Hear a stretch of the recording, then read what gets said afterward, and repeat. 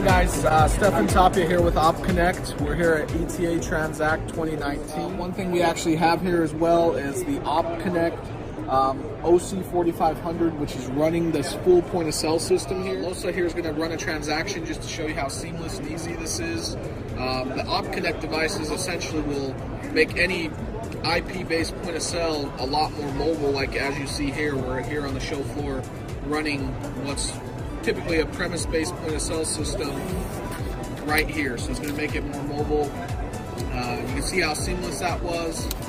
Quick and easy, no lag.